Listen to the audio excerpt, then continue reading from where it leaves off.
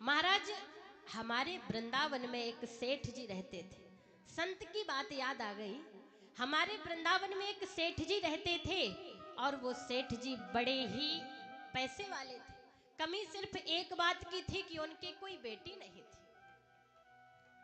एक बार एक संत जी आए।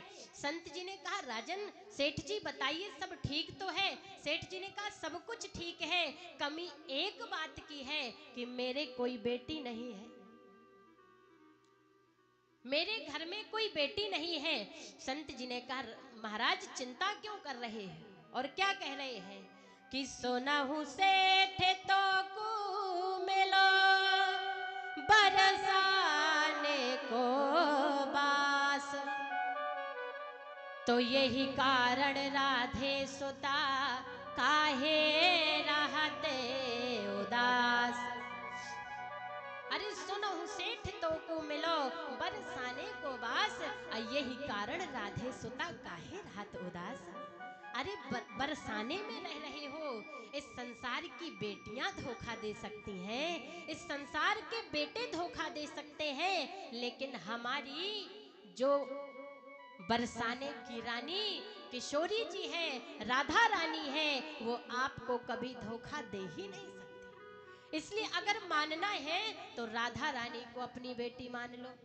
महाराज सेठ जी ने उसी दिन से किशोरी राधा रानी को अपनी बेटी बना लिया।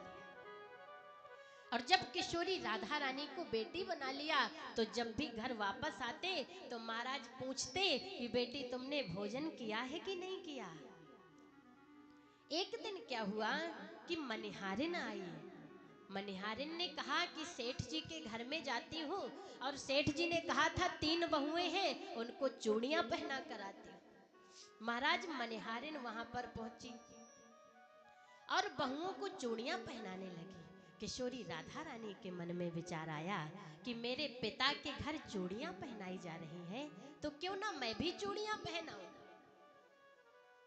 किशोरी राधा रानी भी आ गई। मनिहारिन ने 3 बहुओं को चूड़ियां पहनाई और चौथी किशोरी राधा रानी जब आई, मनिहारिन ने पूछा कोई रिश्तेदारनी होगी, चूड़ियां पहना देती हूँ, अब मोल सेठ जी से ले लूंगी। मनिहारिन ने राधा रानी को चूड़ियां पहनाई और सेठ जी के पास पहुंची। सेठ जी आप मुझे चूड़ियों का मोल दे दीजिए। सेठ जी ने कहा, मनिहारिन तुमने कितने लोगों को चूड़ियां पहनाई। मनिहारिन ने कहा, सेठ जी आपके घर में 4 महिलाओं ने चूड़ियां पहनी है। सेठ जी कहते हैं, अरे मनिहारिन झूठ काहे को बोले।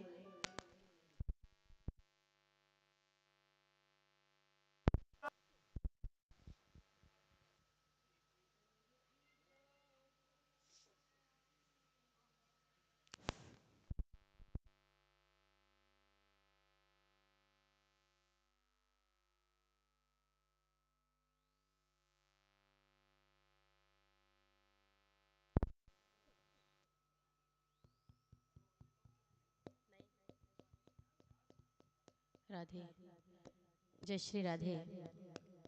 सेठ जी ने कहा, मनिहारिन झूठ क्यों बोल रही है, अगर तुझे मोल लेना है तो ले ले, लेकिन झूठ मत बोल।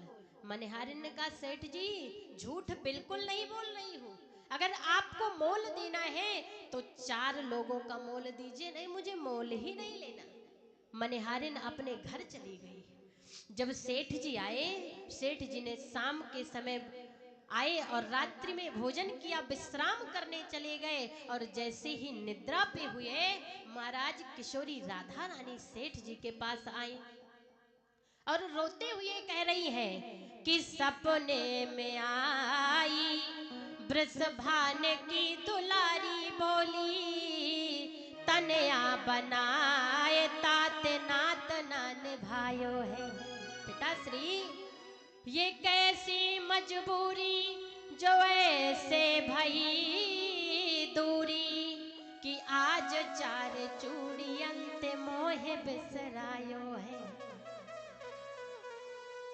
और क्या कह रही है, यही इस संसार की विडंबना है पिताश्री, बेटे सबको याद रहते हैं लेकिन बेटियां किसी को याद नहीं रहती। रोते हुए कहती है कि 3 बहू याद रही किंतु बेटी न याद रही, कहत श्री राधिका को ही ये भरे आयो है।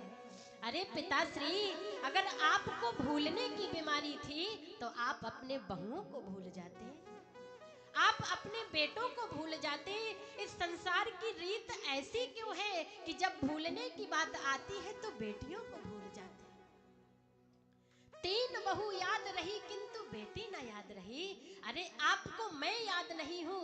महाराज सेठ जी जगे और रोते हुए मनिहारिन के पास जाते हैं और मनिहारिन से कहते हैं, मनिहारिन धन धन भाग तेरो मनिहारिन। अरे मनिहारिन तू बड़ी धनवान है, तू मोल ले ले। मनिहारिन कहती है, सेठ जी अब आप मुझे मोल देने क्यों आए हो? सेठ जी ने कहा, मनिहारिन क्योंकि किशोरी राधा रानी को जीवन पर्यंत मैंने अपनी बेटी माना है, लेकिन आज तक कभी दर्शन नहीं कर पाया।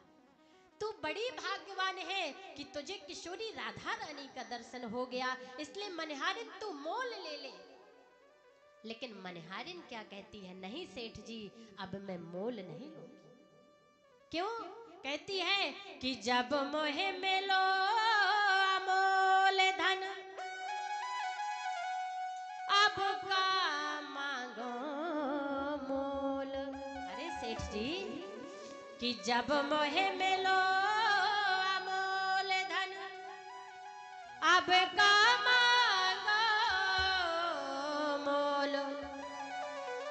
रे मन मोरे प्रेम से राधे राधे बोल, रे मन मोरे प्रेम से राधे राधे बोल।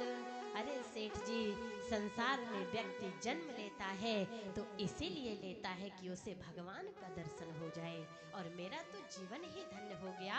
जब मुझे इतना अनमोल धन मिल गया तो अब मैं मोल क्यों लूं? इसलिए आज से चूड़ियां पहनाना बंद, मोल लेना बंद, महाराज किशोरी राधा रानी का नाम लेना प्रारंभ कर दिया है। तो अगर संत की कृपा हो जाए, गुरु को कृपा हो जाए, तो क्या पता कब किस रूप में आपको परमात्मा से मिला दे। यही गुरु का सानिध्य है, यही संत का सानिध्य है। तो जीवन में यदि आगे बढ़ना है तो महाराज संतों का आश्रय ले लो, गुरु का आश्रय